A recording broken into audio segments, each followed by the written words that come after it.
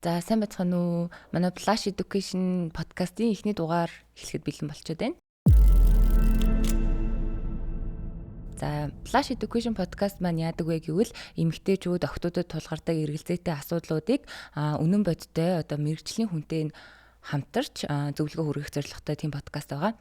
За тэгээ манай эхний дугаарт болохоор арьс гооцлын тэргүүлэх зэрэгтэй эрүүл арьс гоо заслын эмнэлгийн үүсгэн байгуулагч Баян Жаргал эмч маань оролцож байна. За тэгээд эмч маань болохоор арьс гоо заслын салбартаа бол 20 гаруй жилийн туршлагатай тийм хүн байгаа. За баярлалаа. Сайн бацгаана уу?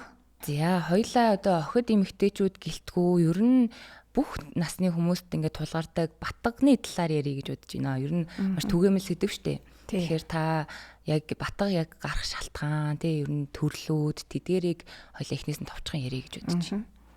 За батга бол тосны болчрохоо өвчин.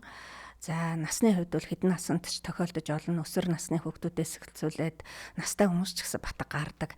За тэгэхээр бол хамгийн гол одоо үндсэн шалтгаан бол одоо өсвөр насны хүүхдүүдэд яг бэлгийн боожлтын үе эхлээд одоо дааврын шалтгаантайгаар эрэгтэй эмэгтэй бүх хүүхдийн биед эр бэлгийн даавар гэж ялгардаг. Тэгээд тэрний нөлөөгөөр одоо арьсны маань тосны болчрохоо хэвийн хэмжээнээс маш ихээр ажиллаад хит их тос үйлдвэрлээд эхлэхээр одоо илүүдл одоо тослог нь арьсны одоо өсний хүүдийд хуримтлагдаж хуралдаж өтгөрөө цаатаад арьсны нүгсүү гаднаасаа ивэрсэн эдсүүдээр бөглөрөөд за тэнд нь бас батганы нэн гэж байдаг нэн үржээд ингээд батга үүсэх нөхцөлийг бүрдүүлдэг. Тэгэхээр бол одоо ихэвчлэн 10 хэд настай 20-од наснд гардаг бол сүүлийн үед бол батга бол маш их залуужаад бүр 8-аас 10 настай хүүхдүүд ч гэсэн маш их хэмжээгээр батга гардаг болсон. Аль эсвэл зарим нь одоо 10-20 настай да батга гараагүй мөртлөө бүр 30-40 дэд ч гарах тохиолдол байдаг. Ер нь яагаад ингэж гараад байгаа шалтгаан болон энэ сэтрээдэг хүчин зүйлсийн талаар дурдвал. За тэгэхээр батга гарах гол шалтгаан бол түрүүн би хэлсэн яг одоо дааврын өөрчлөлттэй холбоотой гэж хэлдэг. Тэгэхээр бол ихэвчлэн одоо 10 наснаас андроген даавар гэж ялгараад тэгээд тэрний улмаас бол батга гарна. За ихэвчлэн одоо 5-6 жил, 9-10 жил хэдэн жил ч үргэлжилж болно. За эмэгтэй хүмүүсийн хувьд гэх юм бол ихэвчлэн хүүхэд гаргаад өндөгчний үйл ажиллагаа тэнцвэржээд тэгээд одоо батга гаралт бол гайгүй болдог. Гэтэл насан туршдаа маш их тослог арьстай батга гарамтгай одоо зөвхөн арчлахгүй бол батга нь одоо хүндэрч гээд байдаг хүмүүс бас байдаг гэсэн үг. Тэгэхээр бол батганы гол шалтгаанаас гадна батгыг одоо ихсэгдэг гадны хүчин зүйлүүд гэж бас байдаг. Тэгэхээр бол идэж явах юмнаас бол сүү одоо ялангуяа тослог ихтэй сүүн бүтээгдэхүүн. За тэгээд өрөм зөөхий, цэцгий, зайрмаг, за эсвэл одоо нэг одоо ялангуяа үнэнээс бол хамгийн их одоо батга гарахад нөлөөлдөгөөс судлагдсан байдаг байхгүй.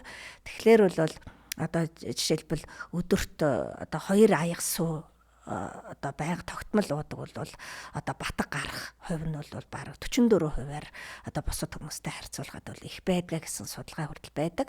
За тэгэхээр бол мөн одоо цусан дагч хэрлэгийн хэмжээг одоо маш ихээр ихсгэх одоо нүүрс ус ихтэй, тослог ихтэй, өг тос ихтэй тийм юм одоо чихэр шоколад одоо бэлэн гоймон одоо юу гэдгийг шарсан төмөс одоо бэлэн хоолнууд их хэмжээгээр байнгын тогтмол хэрэглэх тэр хүртэл батгыг ихсгэхэд нөлөөлдөг. Гэхдээ эднэрийг бол одоо идэхгүй байлаа гэдээ бол ерөөсө батг гарахгүй гэсэн үг л биш. Гэхдээ одоо батгыг ихсгэхэд нөлөөлдөг гэсэн үг. За мөн өөр юу ордгоо гэхээр одоо оройтож унтах, ядрах, нойр муутай, ачааллахтай, стресстэй, шөнийн нойр дутуу үед бол батга заавал ихсдэг. Тэгэхээр бол стресс гэдэг бол батгыг одоо хамгийн ихээр ихсэгдэг хүчин зүйл байдаг. Тэгэхээр бол одоо дандаа одоо стресс гэдэг бол уурлаж бухимдахыг бол хэлэхгүй шүү дээ. Тэгэхээр бол одоо маш их мэдээлэл одоо өдөржингөө авч яачаа, шүнжэнгөө одоо тэрийг тархи амраахгүй, шүнжэнгөө одоо ялангуяа манай одоо залуу хүүхдүүд бол шүнжэнгөө уцаа үзээд би биентэйгээ чатлаач гэдэг юм ингээд нойрон солигдчихсан байдаг. Тэгэхээр бол ялангуяа шөнийн нойр гэдэг бол хүний тархийг аягуулсан амраадаг. Гэтэл хүүхдүүд болохоор би өдөр ингээд унтчихдээ юм чинь гэдэг. Тэгэхээр өдөр одоо гэрэлтээд болохоор нөгөө шүн унтахад тархи амраахад нөлөөлдөг нөгөө мелатонин даавар ялгардаггүй учраас зөвхөн бие ямардагч байх жишээтэй. Тэгээд ерөнхийдөө бол одоо маш их мэдээлэл тэгээд ерөнхийдөө ажлын ачаалал, стресс, нойрмотой байдлаас болоод одоо бөөрийн дэд булчирхаагаас кортизол гэдэг даавар ялгардаг. Тэр нь бас одоо нөгөө батхыг ихсгдэг тийм бодис ялгардаг. Одоо тийм учраас одоо нэг стресстэй үед бол батга маш ихээр ихсэж гардаг тийм юу байдаг.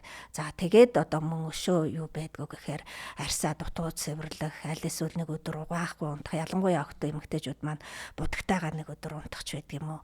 За тэгээд арчилж гин гэдэг аль эсвэл хит их одоо арчилгаа хийдэг, хэтрүүлж цэвэрлэх, аль эсвэл нөгөө маш олон төрлийн батганд хэрэгтэй гэсэн бүхэл юмнуудыг авч хэрэглээд байдаг мөртөө тэд нар эргээд одоо хоорондоо зөрчилдөгч байдаг юм уу.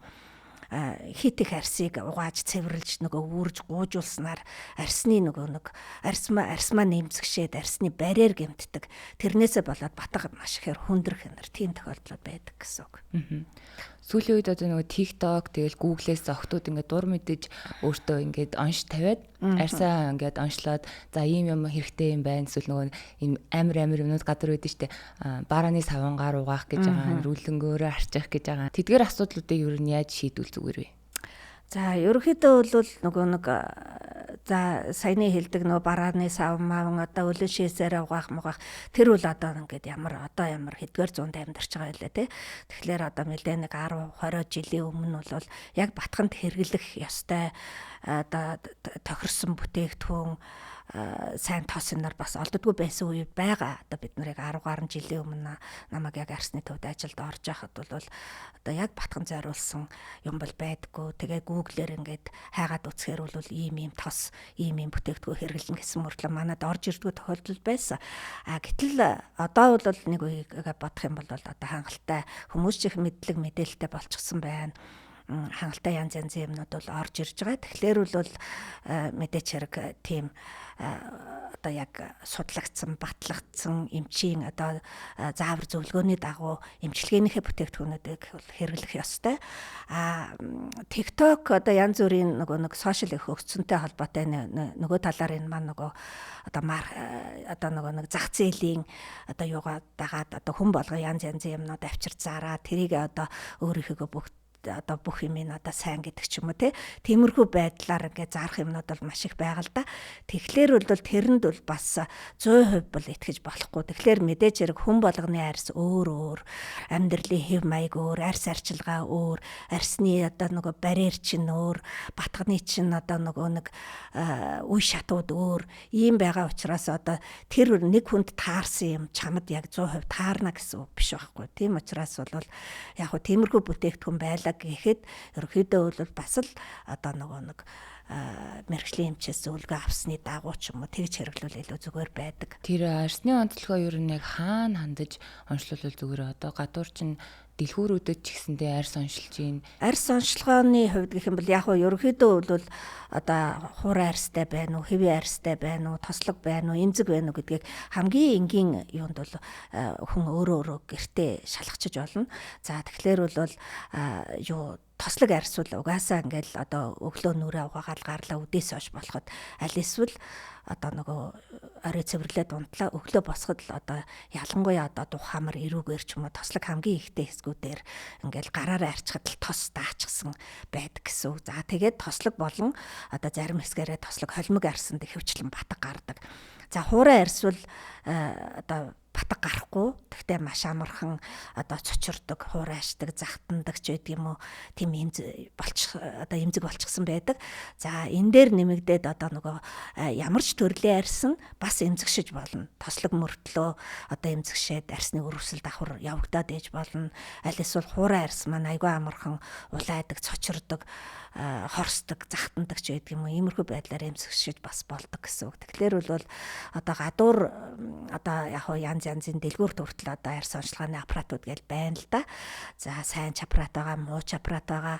Тэгэхээр арьс онцлогооны аппарат гэдэг бол яг ерөнхийдөө тухайн хүний арьсны одоо чигсэл нь ямар байна, тослог нь ямар байна, нөсөөжилт нь ямар байна. За тэгэл арьсны барьер нь ямар байна гэл маш олон үзүүлэлтээр бол үзэж байгаа. Гэхдээ энэ бол ингээд програмчлагдсан тийм одоо компьютерны програм шүү дээ.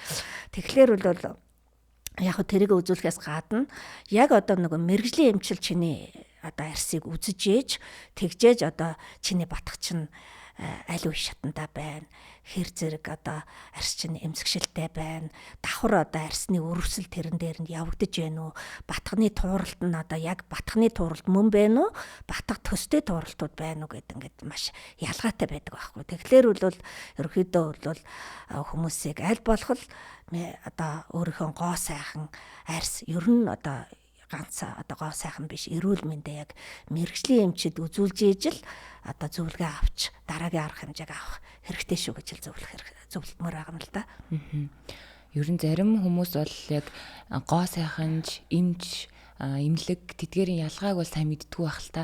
Яг батг гарлаа гэвэл ингээд шахуулаад болчихно гэж боддог. Яг өөрсдийнхөө ингээд дур мэдэж эмчлэгддэг. Яг тэдгээрийн ялгаа болон яг хамгийн түрүүнд яг хинд нь хандах хэрэгтэй вэ? Тэрийг та гоё тайлбарлаад өгч. За тэгэхээр юуны яг гадуур зөндөө л нөгөө гоо сайхны газрууд байна, маш олон арьс гоцлын эмнэлгүүд байна. За сүүлийн үед бол одоо яг эмчнэр өөрсдийнхөө одоо эмнэлгийг нээх ч юм уу тэр нь бас одоо нэг үе бодвол бас ихсэж байгаа. Энэ нь бол бас айгүй сашаалтай гэсэн үг. Яагаад гэвэл за өмнө нь бол нэлээд хэдэн жилийн өмнө бол ихэвчлэн одоо мэрэгжлийн бус хүмүүс одоо нэгээд одоо арьсны эмчнэр ажиллаулдаг ч юм уу. Тэгэхээр нөгөө нэг одоо мэдээч хэрэг бизнес л болсон хойно янз бүрийн одоо нөгөө нэг тухайн хүнд хэрэгцээгүй, шаардлагагүй аль эсвэл одоо арьсанд нь хийж болохгүй ч юм уу тиймэрхүү эмчилгээг одоо хийхийг одоо шаарддаг ч юм уу тиймэрхүү тохиолдлууд бол манай залуу эмч нарын нарт бол гарах тохиолдол байдаг. Тэгээд одоо лазер хийлээ гэхэд ч одоо заавал энэ хүнд хийч гэдэг юм уу тиймэрхүү одоо тохиолдлууд байна гэд манай залуу эмч нар ярих тохиолдол байдаг баг. Тэгэхээр яг одоо арьсны эмч нар бидний хувьд гэх юм бол одоо мэдээч хэрэг гоо сайхны асуудал бол яг хүн болгоно л гоё болъё, сайхан болъё гэж байгаа. Гэхдээ одоо хүссэн хүн болгонд юм аль эсвэл хүн болгоны арьсан таарна гэсэн үг бас биш байдаг байхгүй. Тэгэхээр бол юу яг одоо мэрэгжлийн эмчид үзүүлээд яг арьсныхаа байдлыг одоо тодорхойлуулад хоорондоо яар зөвшөлдсөө тий. Тэгээд аль нь одоо өөрт чинь хэрэгтэй байна гэдгийг харж иж тэгжиж одоо эмчилгээгээ хийвэл илүү зүгээр байдаг. За батг шахах гэдэг бол яг үндсэн гол одоо нөгөө эхний шатны эмчилгээ бол биш байхгүй. Тэгэхээр бол батг гарсан үедээ одоо им уух шаардлагатай байна уу, өрөвслийг нь дарах шаардлагатай байна уу. За тэгээд одоо батганы нингийн устгадаг, тослогийг нь багсгадаг ч юм уу яг тохирсон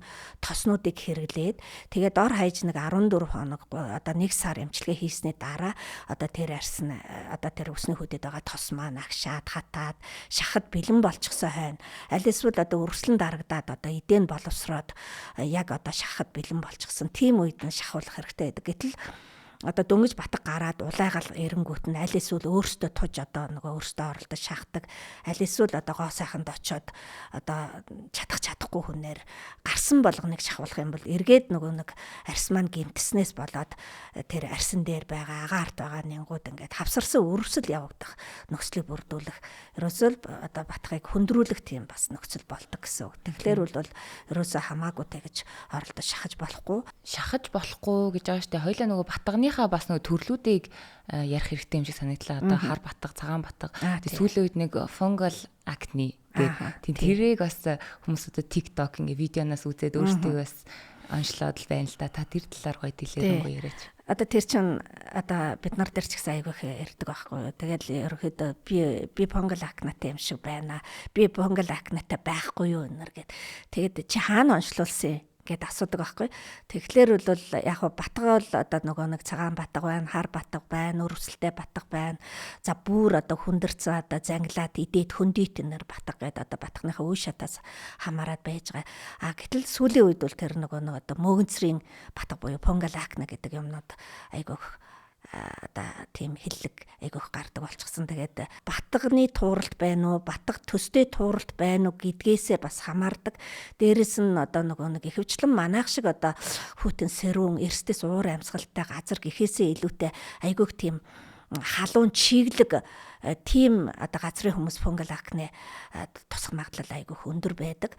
За тэгээд ерөнхийдөө бол ихэвчлэн одоо нуруу цэжээр гардаг ч юм уу, яг нүүр мөр одоо хаасаагүй гарах тохиолдол байна л да. За тэгэхээр нөгөө хүний арьсан дээр угаасаа хэвийн одоо бактери, хэвийн мөөгөнцөр гэж байдаг. Тэгэхээр тэр хэвийн мөөгөнцөр буюу одоо маласиси пурпур гэж тэр мөөгөнцөр одоо өөрчлөгдсөнтэй холбоотой одоо тийм петероспорум гэдэг тэр одоо мөөгөнцрийн шалтгаантай тийм одоо яг нэг ижил төрлийн тууралтай. Тэгээд одоо тэрий чинь одоо арьснаас нь арчтас аваад микроскопт харах ч юм уу, аль эсвэл одоо нэг юуны вүүдийн гэрэл гээд одоо хитягаан туяаны гэрэлд харж ээж тэр одоо яг мөөгөнцрийн батга байна уу юу гэдгийг хардаг байхгүй юу. Түүнээс бол одоо зүгээр л нэг гарсан болгоныг фунгал акне гэж хэлээд байж болохгүй гэсэн үг. Тэгэхээр тэр чинь нөгөө нэг яг хэрвээ мөөгөнцрийн батга байх юм бол жирийн батганы эмчилгээ хийгээд үрдэн өгөхгүй. Тэгэхээр давхар мөөгөнцрийн эмчилгээ хийж ээж. Тэгэхээр тэр мөөгөнцрийн батгыг одоо яг онцлохын тулд бол одоо бүх юм л нөгөө нотлогоонд суурилж байгаа учраас яг тэр мөөгөнцрийн батга гэдгийг нь яг лаборатори ч юм онцлуулж байж тэгжээж одоо мөөгөнцрийн эмчилгээ хийх шаардлагатай байдаг гэсэн үг. Тэгэхээр ер нь бүр хамгийн ихний алхам бол арьсны эмчд очиж үзүүлэх нь байна. Тэгээд үзүүлснийхаа дараагаар одоо тус бүртэн тохирсон арчилгааг хийх хэрэгтэй шүү дээ. Гэхдээ тэрийг та ерөнхийдөө ихний алхам нь юу байх вэ? Арчилгааныхаа талаар ярих гэж бодлоо л доо. За тэгэхээр арьс арчилгаа гэдэг маань ерөөсөө арьс арчилгааны үндсэн яг 3 одоо гол зарчим гэдэг юм уу тийм байдаг. Ерөөсөө нэгдүгээрт маш сайн цэвэрлэгээ байх хэрэгтэй. Тэгээ хоёрдугаар чигшүүлэх, гуравдугаарт хамгаалалт гэж байгаа. Тэгэхээр цэвэрлэгээ гэдэг юм бол мэдээч хэрэг арьснаас хамаарат өөр байдаг. Одоо хуурай арьстай хүний цэвэрлэгээ угаагаад байх юм бол мэдээч хэрэг хуурай шин эмзэгшин. Тэгэхээр одоо ямар одоо савн гар угаах уу, ямар одоо бүтээгдэхүүнээр угаах уу гэдэг чинь өөр. За тослог арьс гээд одоо байнгын үргэлж хатаах юм хэрэглээл батхтай арьсных гээд хатаах юмыг үргэлж үе зайгүй хэрэглээд байгаа юм бол эсэргээрээ одоо маш эмзэгч чинь. Тийм учраас хатаадаггүй тийм хоёр угаагч хавсраад хэрэглүүл бас зүгээр байдаг. Ерөнхийдөө өөрөө аягүй сайн мэдрэмжтэй байх хэрэгтэй. Ерөнхийдөө 7 хоногийн 5 өдөр нь одоо зөөлөө угаагчаар угаагаад 2 өдөр нь хатаадаг угаагчаар угаадаг ч юм. Аль эсвэл ямар үед нь арай илүү их тослогтой байна, ямар үедээ арай их хуурашаад байна ч гэдэг юм уу. Тиймэрхүү байдлаас хамаарат тийм угаагчийг бол сонгох хэрэгтэй.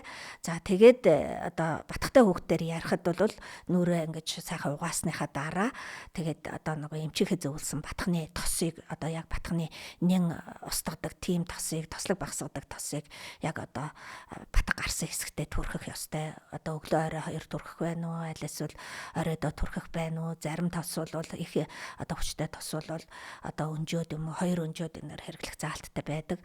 За тэгээд дээрэс нь чигшүүлэгч хэрэглэх хэрэгтэй. За ерөнхийдөө бол манайх шиг одоо тийм хуурай ширүүн одоо тийм эрсдэл суур амьсгалтай газар бол арьсны чийг бол ерөөсөө бүхэнд бол багассан байдаг. Тэгэхээр бол яг одоо тослог арьстай хүүхдүүдэд бол аль болох тийм усан суурьтай арьсны нүхийг бөглөхгүй тийм чигшүүлэгчийг бол өглөө оройдоо хэрэглэн. Гэхдээ одоо бас батганаасаа хамаарна ямар эмчилгээ хийж гин гэдгээс хамаараа. Тэгээд өглөө орой 2 хэрэглэх ёстой гэж тос түрхээд байх юм бол шөнийн туршид одоо тос ялгарч хондог учраас ахаад өглөө босоход эргээ батга гарчих тохиолдол байдаг байхгүй. Шинээр батга гарах нөхцөл бүрдээд ирдэг. Тэгэхээр бол тухайн хүүхдийнхээ батгыг харж ээж шөндөө ямар тос түрхэх үү, аль эсвэл зөвхөн одоо тоонор мистенэр хэрэглэх, ампулынэр хэрэглэх шаардлагатай байна уу? Аль эсвэл одоо батганы эмчилгээ хийгээ зарим тохиолдолд одоо маш их тийм хуурайшуулах юм ууж байгаа тохиолдолд бол бас арай өөр чигшүүлэх тос зөвлөдөг ч юм уу. Тухайн хүүхдийнхээ байдлаас л хамаарна гэсэн үг. Тэгээд өглөө нь ерөнхийдөө бол дандаа тийм усан суурьтай чигшүүлэх тос хэрэглээд дээрэс нь заавал нарны хамгаалалттай тос хэрэглэх ёстой. Тэгэхээр тослог арьстай хүүхдүүд бол усан суурьтай нарны тос гээд арьсны нүхийг бөглөхгүй тийм тосыг зөвлөдөг. За хуурай арьстай тохиолдолд бол ерөнхийдөө бол аль болох зарим одоо бидний насан дээр бол ер нь бол одоо тэгэл одоо 30-40-оос дээш насанд арьсны тослогжилт багасаал бас хүнийх өөрлөдөө тэгээд багасаад ингээд айгүй хуурайших хандлагатай болчихсон. Тийм тохиолдолд бол одоо эхлээд одоо эмэгтэй хүмүүс бол бодог шунхаа одоо мэцлаараар юм уу одоо сүүн шиг нэр цэвэрлчээ. Тэгээд дараачаар нь зөөлөө ерөөсө дандаа савнгүй хөөсөрдөггүй тийм хураашулдаггүй угаагч хэрэглэх хэрэгтэй байдаг. Ер нь бол ус хамгийн сайн цэвэрлэгч гэж хэлдэг. Тэгээд дараачаар нь одоо хураа арьстай хүмүүс бол өглөө оройдоо яг одоо тохирох тийм тасан суурьтай ч юм уу тийм хамгаалах тос сэргэлээд өглөө дээрэс нь нарны тос сэргэлээд тэгээд нүрээ одоо өөрөө буддаг байдлаар будаад тэгээд гарч болно. За эмзэг арьстай хүмүүсийн хувьд гэх юм бол ерөнхийдөө тэр яагаад эмзэгшээд байна? Арсны барьер нь гэмтчихэд байна. Аль эсвэл одоо буруу юм хэрэглээд. За сүүлийн үед бол одоо нэг юм хэлэхэд манайхан тийм нэг дааврын одоо тийм гормонтой тосыг ерөөсөө маш их замбраагүй хэрэгэлдэг.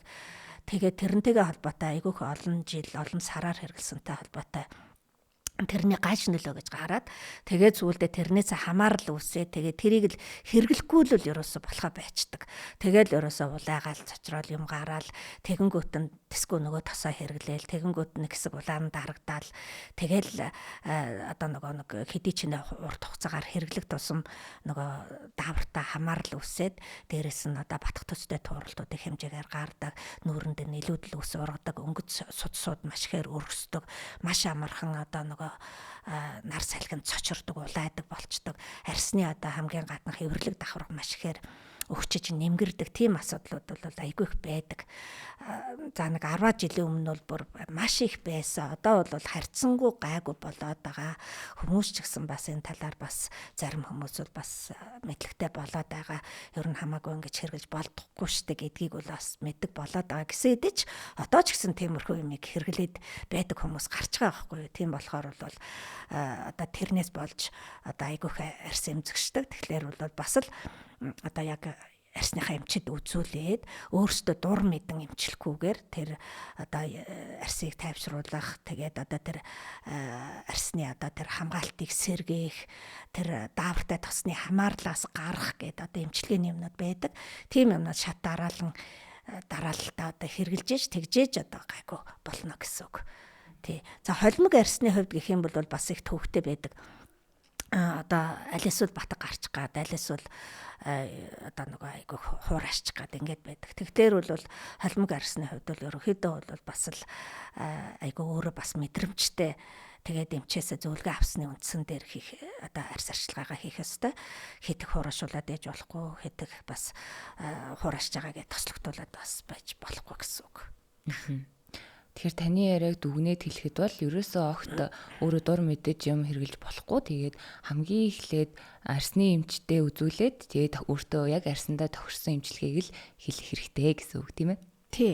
Тэгээ ерөнхийдөө бол одоо нэг арсны өвчнүүд тэр дундаа одоо батгшилт гэдэг бол маш их одоо сэтгэл санаа одоо нэг хямраасан, өөртөө итгэх итгэлгүй болгосон, одоо стресст оруулсан тийм өвчин байдаг байхгүй. Тэгэхээр бол одоо ялангуяа одоо арсны эмч нар бид нар бол ерөөсө баг үтсэн хүн болгонд бол ерөөсө хичээл зааж байгаа юм шиг л арсны одоо тэр өвчнийхэн талаар мэдээлэл өгөхгүй л ялангуяа одоо батхтай хүүхдүүд их аваа гайгүй болж яснаа гинтгэ ахаал ихсчдэг.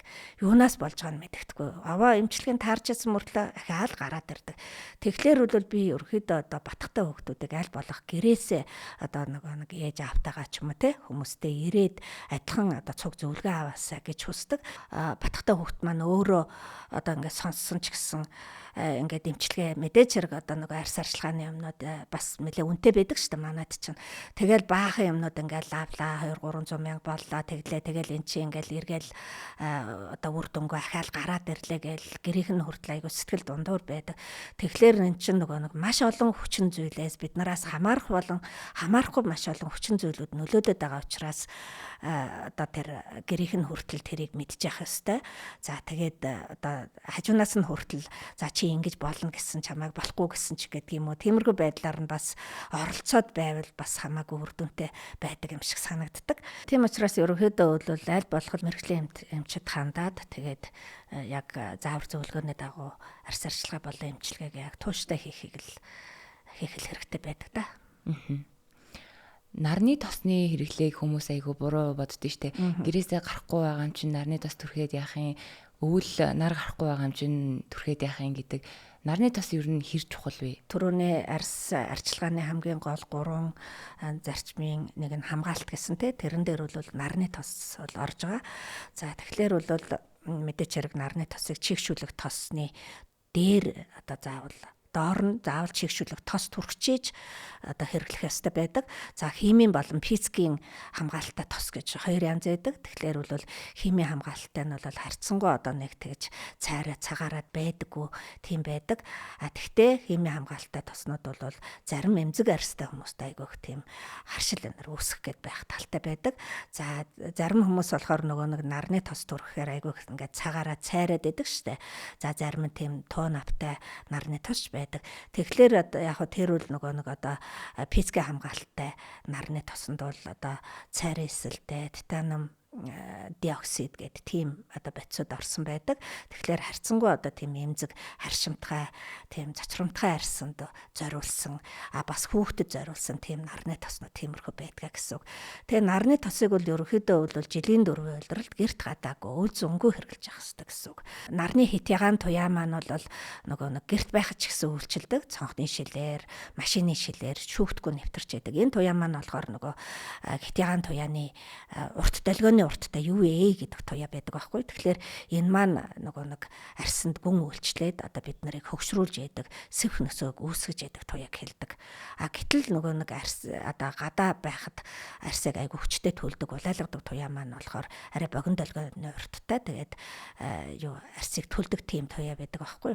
Тэгэхээр бол ихэвчлэн дандаа энэ туяанаас хамгаалсан тийм таснуудыг хэрэглэх ёстой. Тэгэхээр нарны тосыг бол ерөнхийдөө одоо ялангуяа одоо арьсны ямар ч эмчилгээ хийлгэж байгаа хүн байнга хэрэглэх ёстой байдаг гэсэн үг. За тэгэхээр бол ялангуяа одоо яг өвлийн цагт намар арай өвлийн цагт бид нар ихэвчлэн одоо лазер эмчилгээ хийдэг. Тэгэхээр бол лазер эмчилгээний өмнө бол дор хаяж одоо нарны тосыг хэрэглэдэггүй хүнд бол бүр дор хаяж 1-2 сарын өмнөөс нарны тосыг хэрэглүүлж тэгээд дараачаар нь лазер хийхийг зөвлөдөг байхгүй юу. Тэгэхээр бол лазер хийсний дараа арьс ерөөхдөө эмзэг болдог учраас нарны хитягаан туяанд маш их мэдрэг байдаг учраас тэрийг бол бүр онцгой одоо 2-3 цаг тутам түрхдэг ч юм уу. Аль эсвэл нарны хамгаалалттай крем пудрээ нэмж тавьдаг ч юм уу. Тиймэрхүү арга хэмжээ авах хэрэгтэй. За зуны цагт бол ялангуяа одоо хөдөө гадаа явах, гол ус одоо уул хаданд явах, нуурын хажууд байх ингээд ойсон туяа хамгийн их хүчтэй байдаг учраас тэр тохиолдолд бол нарны тосыг бол бүр 2-3 цаг тутам түрхэж явах хэрэгтэй. Саяхан лазер эмчилгээ ингээд Аз ирсэн тохирдгүйгээд нэг мэдээлэл яваад байсан. Тэрэн дээр таны зүгээс өгөх мэдээлэл юу вэ? Тий, ерөнхийдөө бол нөгөө нэг Аз гэдэг маань одоо ингээл нөгөө нэг Солонгос, Япон, за тэгэл зүүн өмнөд Азийн орнууд тий, Австрали бүхэл газар орж байгаа шүү дээ. Нөгөө нэг Таиланд, Майланд гэл бор арьстай хүмүүс ч орж байгаа. Тэнд ч гэсэн лазер хийдэг байхгүй тий. Тэгэхээр бол хамгийн гол нь ямар хүнээр, ямар аппаратаар хийлгэж гэн, яаж арьсаа арчилж гэн, арьс арчилгаанда ямар чанартай юм хэрэгжилж гэн гэдгээс айгүйх хамаардаг. Тэгэхээр тэр одоо нэг тавьсан постыг үтсэлдээ тэгээд бас айгүй тийм нөгөө хүмүүсийг төөрөгдүүлэхээр айгүй тийм айдас төрүүлэхээр тэгээд зүгээр Google-ээс авсан зураг байна лээ. Тэгээд тэрэнд бол нөгөө нэг тэр нэг том ингээл амар хүчтэй түлчгсэн тийм юу л одоо нөгөө IPL гэдэг ийм гэрлийн эмчилгээ байдаг. Тэгэхээр тэрийг айгүй хүчтэй ингээд хийчихсэн тийм зургнууд байна лээ. Тэгээд хүний арьсыг тийм амар хүчтэй аавна гэдэг бол ерөөсөө ямар ч эмч хүн бол тэгж хийхгүй ч тэр чинь. Тэгэхээр одоо нөгөө нэг тийм мэдхгүй мөртлөө тэгээд юмнаас айдаггүй тийм нэг айгу зөрөгтэй хүмүүс байдаг байхгүй. Тэгэхээр одоо тэднэрийн л одоо хийсэн л гадаа дотоодгүй байдаг болол тийм юу гарч байгаа шүү дээ. Тэгэхээр бол дэлхийн хүн амын одоо арьсны одоо прототип буюу гэрэлт одоо хэд мэдрэг хэв шинжээр нь тийм 6 тайпд хуваадаг. Тэрний 3 4 дахь тайпд нь манай монголчуудынхаа ордог байхгүй. Тэгэхээр бол 3 нэг арай жоохон цайвар шаргал цагаан царайтай хүмүүс. За 4 нь болохоор айгүй амархан боролцдог ч юм уу. Тиймэрхүү хүмүүс их байдаг гэсэн үг. Тэгэхээр нэг ямар лазер хийж яана арсыг гэмтээдэг юм уу? Гэмтээдэггүй лазер хийж байгаа юм уу? За гэмтээдэг лазер хийлээ гэхэд тэр одоо арьсаа яаж өмнө нь бэлдэх ёстой юм. Лазерын өмнө болон дараа одоо давхар хавсарч хийдэг эмчилгээ.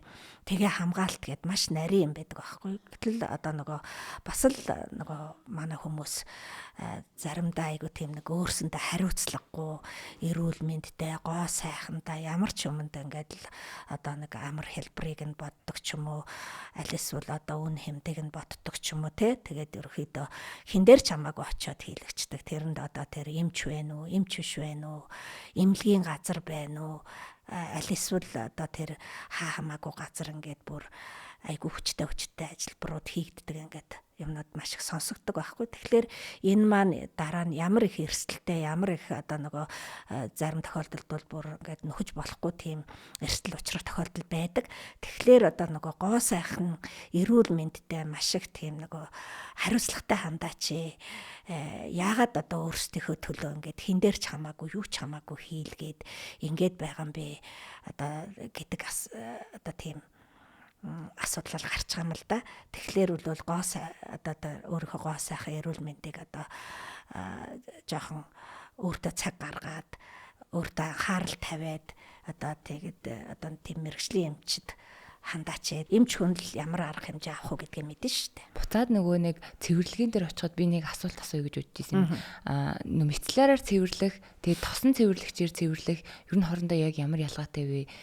Ямар үр дүнтэй вэ гэм бол зарим батг гарч байгаа арьсанд бол ингээд тосон цэвэрлэгч хэрэггүй гэдээ бас нэг юм сонсч байсан. Тэгээ яг ерөөхдөө нэг тосон цэвэрлэгч, тосон суурьтай тос мас гэдэг маань ерөөхдөө яг хуурай арьсан зориулсан л одоо бүтээгдэхүүн шүү дээ. Тэгэхээр тослог арьсыг тосон цэвэрлэгчээр яг бүр болохгүй гэсэн үг биш л дээ. Цэвэрлэл болно. Тэгтээ дараачаар нь заавал одоо угаах хэрэгтэй байдаг. Тэгэхээр тосон цэвэрлэгчээр сүүн одоо шингэнээр энэр цэвэрлчээд тэгээ жоохон муу угаах юм бол ерөөхдөө бол батг гарах хандлагатай байдаг. Тэгэхээр мицеллар ус бол ерөөхдөө бол одоо холимог арьс, тослог арьс, батгтай арьс одоо будаг арилгахад хамгийн тохиромжтой цэвэрлэгч гэж үзнэ. Хөдөө гадаа явахад бас ийм мейкап ийм арилгагч ийм салфеткнүүд байгаа зүгнэт. Тэрийг бас арьсыг амар бөглөөд идэг айгүй муу гэж сонсч ирсэн юм. Тэрний тал дээр салфеткн одоо тийм цэвэрлэгчүүд байдаг л да. Гэхдээ тэрийг бол одоо өстой нэрэ яалтчгүй одоо хөдөө гадаа явах ус мус хэрэглэх боломжгүй ч юм уу тиймэрхүү богинохоо хугацаагаар явхад л хэрэглэнэ гэхээс түүнээс бол байнга тийм хэрэглэж болохгүй. Тэгэхээр би түрүү хэлсэн ус хамгийн сайн цэвэрлэгч гэж. Тэгэхээр тийм одоо салфеткаар бодогшуухан арчлаа гэхэд дараачаар нь зөөлөө угаагчаар аль болох одоо хаасайг бол цэвэр ус аваад явж байгаа цэвэр усаараа нүрээ угаачхад болохгүй юм байхгүй шүү дээ. Тэгэхээр нэг ер нь давхар цэвэрлэгээ хийх хэрэгтэй гэсэн үг тийм. Яг нүрээ угаачаад дараачаад тэгээ дараа нь угаагачаад дараачаар нь заавал угаах хэрэгтэй. Одоо юун дээр амьдралын хэв маяг юу гарах шалтгаануудаас гадна дэрний уута тогтмол сольж явах хэрэгтэй. Бас саяхан алчуураар арчаад хэрэггүй гэл бас тийм юмнууд гарч ирээд байгаа. За яг нь ерөнхийдөө бол бас хэтэг туйлшрах хэрэггүй. Тэгтээ маш их одоо өрөвсөлтэй, идээтэй айгүй амархан өрөвсөл нь одоо төгсгөлийнхээ шатанд идээ боловсрол нэг мэтгэд хагарчдаг шүү дээ. Унтж яхаа таагарчин, нүүр угааж яхаа таагарчин. Тэгэхээр тэр идээ маань дэрний уутанд маань алдаа дахиад дараагийн одоо эрүүл арьсан дээр маань хүрээд ахиж өрөвсөл үүсэх бас магадлалтай. За дээрэс нь ихэвчлэн ягаан батгтай хүмүүст л байдаг л да. Одоо демодекс гэдэг хачиг байдаг. Тэгэхээр бол яг батгтай хүүхдүүдэд бол бас гарах нь гардаг. Тэгтээ одоо яг бас ганцхан тэр хачигнаас болж батг гарч ийн гэж ойлгож болохгүй. Тэгэхээр тэр хачиг бас альчуураар дамждаг, дэрний утаар дамждаг гэсэн тиймэрхүү юмнууд бол байдаг. Тэгэхээр бол яг мэдээж хэрэг одоо ариун цэврийн асуудал бол бас л нэг номерын асуудал. Тэгэхээр альчуураа мэдээж хэрэг бохирлогцсон альчуураа дахин хэрэглээд байх юм бол бас л халдвар дамжих эрсдэлтэй гэсэн үг байхгүй. Тэгэхээр бол аль болох ариун цэврийг сайн сахиж явах хэрэгтэй гэсэн үг. Эн чинь бол ерөнхийдөө бол ямар ч юм дээр нөгөө халдвар хамгаалал гэж юм яригдаг. Тэгэхээр бас л энэний л нэг төрлөл гэсэн үг байхгүй юу? Охтууд бас батг гараад эхлэхээр ингээд тэрнээс ичээд амар зудаан будаад илүү ингээд тэрийгэ хүндрүүлэх эрсдэлтэй байгаад байдаг. Тэгээ яг ийм батгтай үед ичээд угаасаа хэцүү байдаг шүү дээ. Тэр үеийн нүүр бодолтыг яг яах хэрэгтэй юм лээ. За батг маань угаасаа маш их сэтгэл зовоосоо асуудал учраас охтууд энийг нууж далдлах гэж маш их бодолт хийдэг, хүнд бодолт хийдэг. Ялангуяа бас л нөгөө янз бүрийн сошиалар нөлөөлөгчдөөс янзын гэрэл сүүдэр тавиал, консилер тавиал ингээл маш удаан хугацааны ингээл бодолтын нар заагаал бүр сүүлийн үед бол манай дээр ирж байгаа хүүхдүүд бүр 13 4-тэйг өсөө эхлээл бүр амар хүнд будаад тэгээд л аав ээж нөгөө хилээд ч дийлэхгүй ингээл эмчээ та хилээд өгөөч гэдэл бас тиймэрхүү юм байдаг байхгүй. Тэгэхээр яг уу ерөөхдөө арсыг нүрээ бол бодож болно. Ерөөхдөө бол хамгийн гол нь нөгөө нэг арчилгаагаа зөв хийгээд тохирсон чигшүүлэгчээ хэрэглээ, тохирсон нарны тоцоо хэрэглээ. Тэгээд дээрэс нь яг уу крем байлаа гэхэд батгтай хүүхдүүд бол усан суурьтай крем. За тэгээд кремний оронд зарим тохиолдолд пудр нь илүүч байдаг гэсэн үг. За тэгээд зарим нь маш их тийм нөгөө дарагч консилер маш ихээр хэрэглэх. Тэгэхээр энтэй холбоотой тэр чи бүтэн өдрийн туршид хүний нүүрэнд шингээд арсны нүхэнд нэвчиж ороод тэгээд орой нүрээ угаалаа гэхэд тэр чин бүгдээрээ бүрэн цэвэрлэгдэхгүй байх тохиолдол байдаг. Тэгэхээр нөгөө косметикийн шалтгаантай батгшид гэдэг юм үүсчихэж байгаа байхгүй. Тэгэхээр тийм нөгөө өтгөн тосон суурьтай тос арсны нүхий бөглөөд тэгээд цаанаасаа хэвий ялгарх тосын маань саатал үүсгээд ингээл батгшилт үүсэж байгаа. Тэгэхээр энийг бол косметикийн шалтгаантай батгшилт гэж хэлдэг. Батганы наалт болон хар батганы маск гэд байгаа штеп. Тэд нэр яг хэр үр дүнтэй вэ? Батганы наалтууд бол дотор нэм шингээгээгүй ч юм уу тийм наалтууд байдаг. За зүгээр наалтууд бол нэг тийм цааш холбогдолтой биш. За яг хуу салицилийн хүчил тэр наалтныхын доор ингээд шингээгээд өгчихсөн тийм наалтууд бол бас байдаг. Тэр бол бас хэрглэж болно. Тэгэхээр бол бас л мөн ялгаагүй батгахныхаа төрлөөс хамаардаг. Тэгэхээр салицилийн хүчлийг агуулсан наалтууд байдаг байхгүй. Тэгэхээр тэр салицилийн хүчил бол өөрөө эвэрлэг хайлуулж гуйжуулах үйлчилгээтэй. Тэгээд тэр нөгөө хөтгөрсөн тосыг хайлуулж шингэлэх үйлчилгээтэй байдаг учраас яг хуу ерөөхдөө бол нэг тийм жижиг хэмжээний хар цагаан батга за тэр баг зэрэг өрсөлтэй батганд бол хэрэглэхэд бол үр дүнтэй. Гэтэл нөгөө нэг нэлээд том өрөвсчгсэн том хэмжээний батганд бол тэр ямар ч үр дүн өгч чадахгүй. Нөгөө нэг хар батганы наалт нөгөө хамрын наалт гэд байгаад байдаг шүү дээ. Тэгэхээр ерөөхдөө бол яг хамар маань өөрөө нөгөө тосны булчирхай хамгийн ихтэй шигүү тэр хэсэг байдаг. Тэгээд хамар маань хамгийн ихээр тослогддог.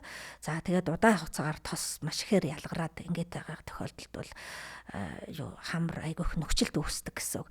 Тэгэхээр тэрийг шахаалах юм бол тэр хизээч нөгөө нэг зүгээр нэг юм хүүдинд байгаа юмыг шахаад дуусчдагтай адилгүй байхгүй. Тэгэхээр ахаал тэнд нөгөө нэг өсний хүүдий байгаа, тосны булчирхай байгаа. Тэр булчирхай маань ахаал шүүрл ялгаруулаад ахаал хэд хоногийн дараа батгах шахснаас ер нь нэг 7-9 хоногийн дараа ахаад тос үүсдгээрээ үүсээд ахаад батга үүсэх процесс явагддаг гэж үздэг. Тэгэхээр бол хязгаарч дуустдаггүй. Тэгэхээр зарим хүүхдүүд болохоор бас нөгөө тийм хар наалт ингээд нөгөө хуулаад айгүйх наагаад байдаг байхгүй. Тэгэл найхлаар нөгөө нэг хамрын нүхэн онгорхоо тэгэл тэр нөгөө утчихсан тэр нэг өтгөрчихсэн тосыг ингээд наагаад л аваад яаж байгаа. Тэгвэл тэр маань бас байнга хэрэглэх тийм бас зөв зүйл биш. Ягаад гэвэл ингээд нэлэхэд нааж байгаа учраас тэр нүхнүүдийн чинь дунд ингээд эрүүл арьс байгаа. Тэгэхээр эрүүл арьсны маань нөгөө эвэрлэг эдэсүүдийг байнга нэг хуулаад байнга доороосоо ингээд төлжиж нэг арьс маань өөрийнхөө эвэрлэг давхаргыг ингээд байнга нөхөн төлжиж яадаг нэг сар хагас 2 сарын нар хугацаа шаарддаг. Гэтэл түрүүчийнх нь төлжиж амжаагүй байхад л ахиж хуулж аваад ахиж хүчтэй хуулж аваад ингээд ахлаар нэг арьсны маань барьер гэдэг юм байхгүй болчдөг. Арьс маань айгүйх эмзэгчдэг. Зарим тохиолдолд бол бүр нүүрнийхээ арьсаас ингээд хамрын арьс маань өөр ингээд өнгөтэй болчихсон тийм харагдаг байхгүй юу. Тэгээ батхыг нэг одоо хуулчаад тэгээд аль эсвэл шахсны дараа ч юм уу аль болох тэрийг нүхийг агшаах тэр одоо арсыг тайвшруулах ч юм уу алой одоо цайны модны хандж байдаг юм уу. За зарим тохиолдолд бол маш бага одоо тийм проценттай салицилын хүчил агуулсан ч юм уу. Ерөнхийдөө тийм нэг тонер, мист одоо тийм нүх агшаах бүтээгдэхүүнүүд гээд байдаг л да. Тиймэрхүү юмнууд хэрэглэж явах хэрэгтэй. За аль эсвэл одоо нүрээ угаахдаа эхлээд айгуу сайн бүлээн усаар угааж одоо бохирдол тослогоо арилгаж бодог шухан арилгачаад тэгээ дараачаар нь хүүхүүт усаар жоохон шавшгч байдаг юм уу. Тиймэрхүү байдлаар нөгөө арсны тонусыг сайжруулах зорилгоор бас нүхийг агшааж болно. Тэгэхээр бол ерөнхийдөө хамрын батхыг бол ер нь бол болж өгвөл нөх оролдохгүй байвал зүгээр. Тэгээд аянда одоо яг нөгөө адапленер гэх тийм батхыг одоо төрсөн тосыг хайлуулах шингэлэх үйлчилгээтэй тийм тоснууд байдаг. Аль эсвэл салицилын хүчил агуулсан тоснууд байдаг. Тийм тоснуудыг одоо юм чин зааврын дагуу хэрэглэчээд тэгээд дараачаар нь одоо усан суурьтай чийгшүүлэх ч юм уу. Тиймэрхүү юм хэрэглүүл илүү зүгээр байдаг. Гэтэл шахачаад хуулчаад тэгээд одоо нэгэнд ингээд нөгөө ялангуяа шахсны дараа бол ингээл тэр арсны маань одоо тэр хамрын маань одоо өсний хөдөө хамсар ингээ гимтээд байдаг байхгүй. Тэгэл одоо нэг 30 гарлаа 40 гарлаа ингээд нөгөө тосны болчрохоо үйл ажиллагаа багасаад ирсэн үед ерөөсөө л ингээл хонхор нүхтэй тийм гүзээлзгэн шиг хамартай болж үлддэг. Тийм учраас бол ерөөхдөө маш сайн зөв одоо таарсан тохирсон арчилгаа амжилгээгээ л хийлгэж явах шаардлагатай. Батхтай үед юм цаасан маскнууд хэр үр дүнтэй идэг вэ? Салбеткам маск болвол яг ерөнхийдөө бол яг чиг өгц зорилгоор л хэрэгжилж байгаа шүү дээ. Тэгээд яг манайх шиг одоо тийм хуурай амьсгалтай газар. Ер нь бол арсны чиг бол маш одоо сайн өгч явах ёстой байдаг. Тэгэхээр одоо ерөнхийдөө одоо чигшүүлэх тос байсан ч гэсэн салбеткам маск тавьсан ч гэсэн зарим тохиолдолд бол ерөнхийдөө бол яг арсны яг эвэрлэг давхарга дээр одоо тогтчоол тэгэл одоо угаах юм усанд ороход ерөнхийдөө арилчих тийм тохиолдол байдаг. Яг ялангуяа одоо нэг жоохон тослог арсанд бол харьцангуй мэдэгдэхгүй жоохон хуурай арсанд бол тэр бол угаасны дараа эргээл таталтаад ирдэг гэсэн үг байхгүй. Тэгэхээр бол сүүлийн үед бол одоо тослог арстай байсан ч гэсэн өрөвсөлтэй байсан ч гэсэн одоо хуурай эмзэг арстай байсан ч гэсэн яг одоо нэг арсны маань жинхэнэ давхарга буюу одоо тэр одоо эластин коллагены нийлэгжилтийг одоо явуулж яадаг гол одоо тэр давхаргад маань нөгөө шаардлагатай юмнуудыг нь шууд тариад өгдөг тийм одоо тарилгууд зөндөө гарцсан байгаа шүү дээ. Тэгэхээр тиймэрхүү тарилгууд бол ерөөхдөө бас айгүй үр дүнтэй байдаг гэсэн үг. Тэгэхээр бол хичнээн одоо үнэтэй брендинг одоо үнэтэй тоснууд хэрэглээд хангалттай сайн чигшил авч чадахгүй байгаа тохиолдолд бол одоо тиймэрхүү тарилгаар яг одоо боломжоор 2-3 удаа ч юм уу яг амжтайгаа зөөлж байгаа хийлэгчд бол одоо өрөвсөл дарагдан чигшил нэмэгдэн за тэгэл нүх агшин нөхөн төлжилт нэмэгдэн гэдээ маш олон талын үр дүнтэй байдаг. Ер нь гоо сайхны энэ тарилга гэнтрийг бас эмчилгээтэйгээ хослоод явуул илүү үр дүнтэй гэсэн үг үү тий? Тэгэлгүй байх. Зя. Яг энэ эрүү орчмын хаваар тэгээд ийм хүзүүгээр ийм шавсан батгнууд гараад тэр нөгөө нэг ийм гормоны дааврын өөрчлөлтөөс болоо гарч ийн гэж байгаа шүү дээ. Тэр тохиолдолд тэрийг эмэгтэйчүүдийн эмнэлэгт үзүүлэх хэрэгтэй байдаг уу? Эсвэл яг л арсныхаа эмнэлэгтэй л бас үзүүлж эмчилгээ бичүүлэх хэрэгтэй байдаг уу? За яг ер нь бол нөгөө нэг хоёуланд нь үзүүлэх шаардлагатай байдаг. Тэгэхээр бол дааврын батгшилт бол одоо өсвөр насны хүүхдүүдээс эхлүүлээд одоо хүүхд гаргасан насан туршсан эмэгтэйчүүд ч гэсэн гарч байгаа шүү дээ. Тэгэхээр одоо нөгөө нэг түрүү нэг хэлээгүй юм нь үлдчихсэн байна. Тэгээд тэр нь болохоор нөгөө нэг батхыг бас ихсгдэг хүчин зүйлд одоо биений юмтай холбоотойгоор батх маань ихсдэг байхгүй. Тэгэхээр бол одоо биений юм эрэхээс нэг 7 хоногийн одоо өмнөөс эрбэлгийн даавар гэж одоо эмэгтэй хүмүүст бол охтуудад бол би одоо бөөрийн дэд болчирхаа болон өндөвчнөөс ялгарч байдаг. Тэгээд одоо тэр эрбэлгийн дааврын нөлөөгөөр тосны болчирхаа маань маш ихээр томроод хэвийн хэмжээнээс маш их тос үйлдвэрлээд ирдэг. Яг энэ үед бол биений юм ирэхээс хэд хоногийн өмнөөс арьс илүү тослогдоод батг гарах нь ихсээд ирдэг. За тэгээд биений юм ирээд нэг дуусаад дунд үеэс нь эхлээд эмбэлгийн даавар ялгараад ирэхээр энэ үед бол одоо эмбэлгийн даавар маань эсрэг үйлчилгээтэй гэсэн үг. Тэгэхээр бол батг харьцангуй багасаад ирдэг. Тэгэхээр зарим хүмүүст бол бүр илт мэдэгдэг байхгүй. яг одоо ингээд нэр миний биений юм ирчихсэн байгаа штэ ингээд гараад ирсэн гэд. Тэгэхээр одоо бас зарим тохиолдолд бол одоо яг дааврын одоо өөрчлөлттэй одоо тийм өнд өвчний одоо хавдар янз бүрийн асуудалтай за эсвэл одоо юуны өнд өвчний олон уйлах хат хам шинж гэд бүр тийм одоо өндгийс нь хагарахгүйгээр ингээд уйлахаа болоод одоо тийм цист болоод ингээд үлдчихэд байдаг тийм хам шинж байдаг. Тэгээ тэр тохиолдолд бол батхны эмчилгээ хийгээд бол ерөөсөө үр дүн өгдөггүй. Тэгэхээр бол хангалттай сайн үр дүн өгдөггүй гэсэн үг байхгүй. Тэгэл гайгүйч болж байгаа юм шиг. Тэгсэн мөртлөө ерөөсөө нэг тийм болохгүй. Тийм тохиолдолд бол зайлшгүй одоо эмэгтэйчүүдийн эмчид үзүүлээд одоо тэрийг уншаа батлуулаад тэгээд давхар одоо эмэгтэйчүүдийн эмчийн зөвлөгөөний дагуу бас одоо эмчилгээ хийх шаардлагатай байдаг. Эмтэй уйлдуулаад нөгөө жирэмснээс хамгаалах юм бас нөгөө батхыг ингээл багсгадаг гээл нэг тийм яриа байдаг. Тэгээд нөгөө ротан гэд тослогийн булчирхай хаадаг бас юм байгаа штэ. Тэр эмнүүдийг амар хүмүүс тийм дур мэдэж юм замбраагүй хэрэглээд байгаа юм шиг санагдаад байгаа. Танд энэ дээр зөвлөгөө юу вэ? Тэгэхээр дааврын эмүүдийг бол бас нөгөө нэг тухайн хүнийхээ дааврын байдлаас хамаарат эмчилгээнд одоо хэрвээ үр дүн өгөхгүй байгаа бол хэрвээ дааврын шинжилгээ хийгээд айгүйх тийм нэг андрогийн даавард маш их өндөр гарсан тохиолдолд бол та даавар тэнцвэржүүлэх зорилгоор би одоо жаргалтаас хамгаалах одоо дааврын бэлтгэлийг юм уу аль эсвэл анти андроген гэдэг андроген дааврыг дармуулдаг тийм юмнуудыг удаан хугацаагаар бас эмчийн хяналтанд ууж ээж бас батах гэдэг тохиолдол бол байдаг. За ротан гэдэг эмийг ротан буюу яг изотретиноин гэдэг одоо А витамины синтетик бэлтгэл байгаа байхгүй юу? Тэгээд энэ эмийг бол ерөөхдөө одоо батхны хүнд болон хүнд өвтөр хэлбэр за ерөөхдөө дунд үе шатанда байсан ч гэсэн маш удаан хугацаагаар одоо батг гараад тэгээд тэрнийхээ улмаас одоо маш их сэтгэл зүйн хувьд айгүй хэцүү байгаа тийм тохиолдолд бол өгч болно. Мэдээж хэрэг бас л эмчийн зааврын дагуу хэрэглэн. За сүүлийн үед бол нэг одоо фэйсбүүкээр айгүйх тэгэл ротон юм аавна, жоргуугаар аавна гэл аль эсвэл одоо би ийм батхтай одоо би энийг хідээр уух уу гэл ингээл би биенээсээ группээр айгүйх асуудаг. Тэгээд бас л энэ дээр нэг өөртөө айгүй хайргүй тийм хариуцлагагүй байдал харагдаж байгаа байхгүй. Тэгээд тэр өөршгөө юу ч мэдэхгүй хүнээс асууж яхахын оронд эмчид нэг цаг гаргаад ганцхан цаг гаргаад тэгээ үзүүлчих юм бол яг одоо системтэй эмчилгээ хийх юм бол яг одоо тэр хүнд итгэхгүй байгаа эмчилгээнд үр дүн өгөхгүй байгаа батханд бол ротан юм бол одоо ротан буюу яг манайд бол солонгосоос орж ирсэн яг үйлдвэрлэгчийн нэрээр байгаа изотретиноин гэдэг тэр юм бол ерөөхдөө маш сайн үр дүнтэй байдаг. За тэгээд тухайн хүнийхээ байдлаас хамаарат батхныхаа байдлаас хамаарат биеийн жингээс нь хамаарат хэдэн миллиграм килограммаар яаж өгөх үү одоо өмнө балн ууж явах явцад ямар шинжилгээ өгөх үү бүгд л бас эмчийн зааврын дагуу явж явах шаардлагатай байдаг.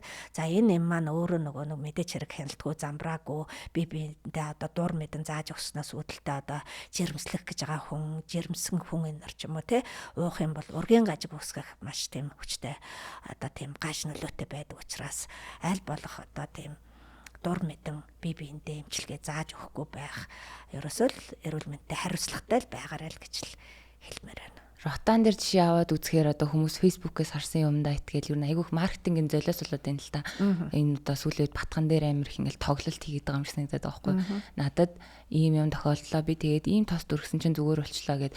Тэгээд ийм найдваргүй ийм онлайнаар харсан юмнуудаа ер нь итгэхгүй байгаарэ гэд тэр тал дээр таны үнцэг юу вэ? Тэгээд яг зөв. Тэгэхээр юуны одоо мэдээч хэрэг батх чинь хүм болгоны арьс өөр, батхных нь хэлбэр, үе шат нь өөр, одоо бүх юм нь өөр гэж түрүү ярьсан шүү дээ. Одоо тэрнтэй адилхан одоо нэг хүнд таарсан юм ахаа дараагийн хүнд хүн болгон 100% таарна гэсэн үг биш байхгүй. Тэгэхээр л ерөөсөө л манай хүмүүс нэг айгүйх залхуу зөвхөн тэр нэг одоо дэлгэцийн цаанаас, утасны цаанаас ерөөсөө өөртөө илүү алхам хийхгүйгээр одоо тэгж өөрийгөө эмчилчих гээд байгаа байхгүй. Тэр байтугай одоо эмч нараас ч гэсэн ерөөсө та энэ зургийг үзээд өгөөч ямар юм зөвлөх үү гээл. Тэгэхээр тэр зураг хүртэл хараад хүртэл бид нар яг 100% зөв онцлно гэсэн үг биш шүү дээ. Тэгэхээр тухайн хүн өөрөө одоо эмнэлэгт ирж үзүүлж ээж тэгжээж яана гэсэн үг. Тэгэхээр одоо нэг би бас нэг жишээ хэллий гэж бодоод байсан. Хэдэн жилийн өмнөөс нэг Тайландд нэг хүүхэд мэрэгчлээ батхны тос аваад тэгээд айгуу сайн үр дүн өгсөн гээд тэгээд одоо тэрийг яг хөө мэдээч хэрэг тэр тос бол нөгөө адаплантэй тос тэр бол нөгөө яг батханд хэрэгэлдэг сайн тос мөний хувьд бол мөн тэгтээ хүн болгонд бас ямар арсны хэвшинчтэй вэ гэдгээсээ болоод бас янз бүрийн үр дүн өгдөг байхгүй юу. За тэгээд тэрийгэ дангаар нь хэрэглэх үү аль эсвэл өөр юмтай хавсарч хэрэглэх үү гэдгээсээ хүртэл өөр. Гэтэл хамгийн одоо миний сэтгэл зовоосон юм юу гэхлээр тэрийг дараа жил нь одоо бүр ингээ хайрцгаар нь оруулж ирээд тэгээд ингээд бүр ингээд зүгээр л нэг чихэр бичээнд зарж байгаа юм шиг ингэж байгаа. Тэгээ хамгийн гол нь нөгөө хүмүүс нь одоо бүр ави хөргөлт байна уу ингээд тэгээд авчгаа. Тэгээд хамгийн гол юм нь тэр тос маань өөрөө нөгөө одоо арсанд түргсэнд байсан ч гэсэн арсаар нэвтэрч ороод одоо маш олон хялгсан судсаар дамжаад тэгээд ерөөхдөө бол одоо хэрвээ жирэмсэн хүн хэрэглэх юм бол урагт нөлөөлдөг. За тэгээд одоо хөхүүл хүн хэрэглэх юм бол одоо хөхний сүүгээр дамжиж одоо тэр нялх нараа хөөхдөд бас маш их хамгийн адгийн наазах нь одоо маш их хуурашуулахаас өсвөлээд тийм гаш нөлөө өгдөг тийм тос байхгүй юу. Гэтэл ерөөсөө тэрийг нөгөө бүр ингээд ямар ч хяналт байхгүй, замбраа байхгүй. Тэгээд л одоо ашиг орлого олох зорилгоор тэгэхээр манай одоо яг тэр нэг одоо имийн хяналтч байдаг юм уу. Тэгээ фэйсбүүкээр зарж байгаа юм жоохон хүмүүс маань хүртэл өөрсдөө айгу тийм болгоомжтой цензуртай хандахгүй бол яг нэг хүн сайн нөлөө үзүүлэх гэхэд нөгөө хүнд одоо айгүйх эрсдэл дагуулж болно гэдгийг л ойлгох хэрэгтэй. За ер нь бол хоёлаа юм батх арчилгаа болон төрлүүд эмчд үзүүлэх ёстой талаар ер мэдээлүүд сайн хүргэсэн байх гэж бодож байна. Хангалттай хүргэсэн байх гэж бодож байна. Тэгэхээр хоёлаа дүгнэлтээ хийгээд өнөөдрийнхөө подкастыг дуусгая. Миний ойлгосон юм бол ерөөсөө дур мэдэж зүгээр Facebook, интернетээс харсан юм хэрэглэх биш. Яг мэрэгжлийн ингээ эмчдэр нь очиж өөрийнхөө арсны онцлог тохирсон эмчилгээг хийлгэх хэрэгтэй гэсэн юм ойлголоо. Таны хувьд дүгнэлтээ хийх. Тэгэхээр ерөнхийдөө бол нөгөө нэг энэ чинь ганцхан арсны салбарын асуудал биш. Ер нь ямар ч одоо эрүүл мэндийн үйлчилгээг тэгээд ер нь хараад ахт бол өстой чи ямар юм ууж гэн ямар юу яаж гэн гэл одоо биендээ айгүйх зааж өгдөг. Одоо аптек нь хүртэл одоо бас арай л гайгуул жормороор гэд гайгуул болж л байгаа л да. Тэгэхээр бол ерөөхдөө тийм айгүй хариуцлагагүй ханддаг. Тэгээд би одоо дур мэдэн өөрөө өрсөндөө айгүй хэмчилдэг. Тэгээ энэс болоод маш их тийм хүнд одоо нөгөө өвчин хүндрэх, гаш нөлөө гарах, за эрсдэл үүсэх иймэрхүү тохиолдлууд бол зөндөө байдаг. Тийм учраас ерөөсөө л одоо тэгээд одоо өөрийнхөө эрүүл мэнд одоо арсныхаа одоо гоо сайхан ер нь одоо ерөнхий одоо эрүүл мэндэ ч гэсэн маш хариуцлагатай хандаач ээ. Одоо мэрэгжлийн одоо эмчид хандаач ээ л гэж хэлмээр байна да. За манай Flash Education podcast-ийн ихний дугаарт зочноор оролцсонд баярлалаа. За баярлалаа, намайг урьж оролцуулсанд баярлалаа. Өнөөдрийн дугаарт яг арсны хамгийн том асуудал болох батганы талаар маш хэрэгтэй мэдээллүүдийг өгч чадсан байх гэж бодож байна. Тэгээ Flash Education-тэй хамт байсанд баярлалаа. Баяртай.